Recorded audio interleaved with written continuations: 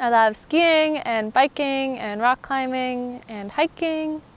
Hiking through the mountains, snowshoeing, and skiing, swimming. And I did a lot of cross-country skiing growing up, biathlon, and kind of competed in that for basically my whole childhood. Climbing, hiking, running.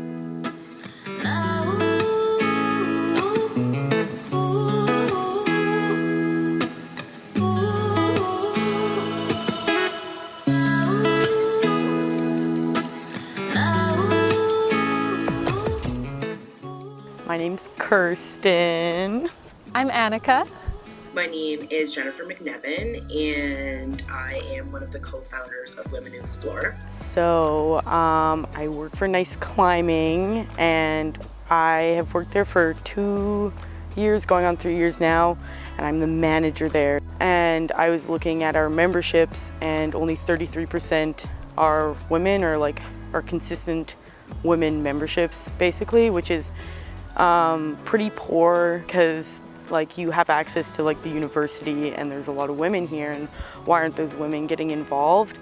And I do think a lot of it comes down to climbing is so predominantly male. Like for an example, like setting often in gyms is done by a lot of men, and that's just because again it's a male dominant sport, and it's not like the fault of anyone that it's like that. It's just kind of how it originated. It was kind of a burly man sport where you would go and throw yourself at like pieces of rock. But for this ladies' night, I wanted to create a space where women could come and like learn like all of the intro to climbing things that I teach, because I used to coach those courses as well. I wanted to like build a community for myself, because I was like, I've never climbed like just with females. I've always climbed with like more men to women, basically, where like I'm the only woman all of the time, and it's like that's also okay, but it's like it's really nice to have like that group of females that's super strong and supportive, because it's a different kind of mentality, I think. Amongst my friend group, I'm really lucky to have a lot of women who love being outside, just because of being from a skiing community. But in general, yes, I do think women are underrepresented. I know a lot of ladies that would love to get outside, but they don't have someone to get them outside. So they are relying on the male figures in their lives, like their boyfriends or their brothers.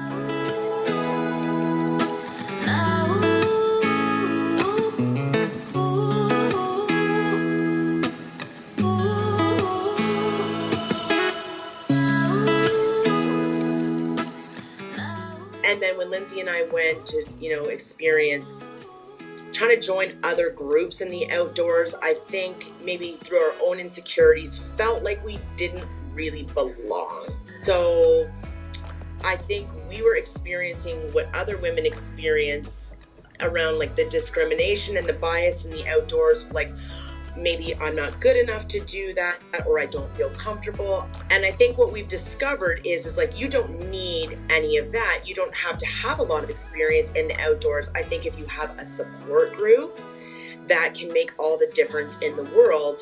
And so it's this like women empowering other women to get in the outdoors, and then realize, we wanted to make more friends and meet new people to do this with us.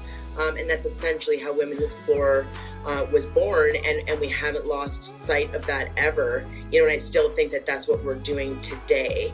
Now, even though we've grown so rapidly and we're taking women all over the world, it's still the same principle is, you don't have to have any experience or level of anything